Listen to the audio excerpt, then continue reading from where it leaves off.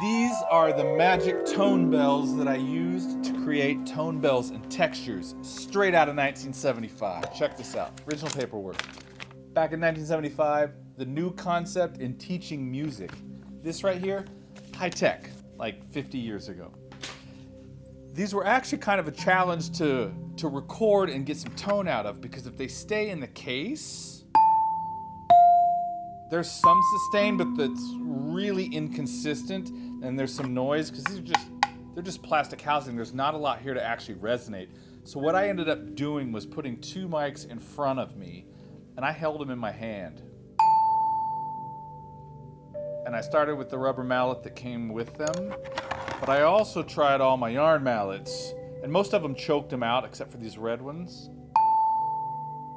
And this was the only way where I could get some decent sustain out of a wide range. And there's only an octave and a half, and I managed to get, I think, about a 4 or 5 octave spread.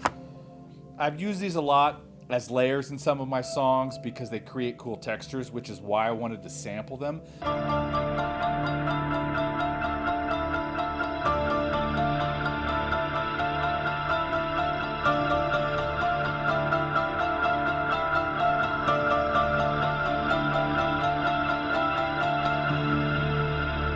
But I think some of my favorite tones or sounds in the whole player are actually the pads and the key sounds.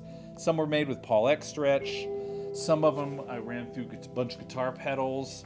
And then sometimes I even just overlapped different ones to create longer sounds. And those are some of my favorite textures. But the cool part, I think, about the player is being able to combine these more articulate tones with those pads and keys. So if you'd like to check out Tone Bells and Textures, it's available at soundofobjects.com, or you can get it at decentsamples.com because it's made to work with the free Decent Samples player.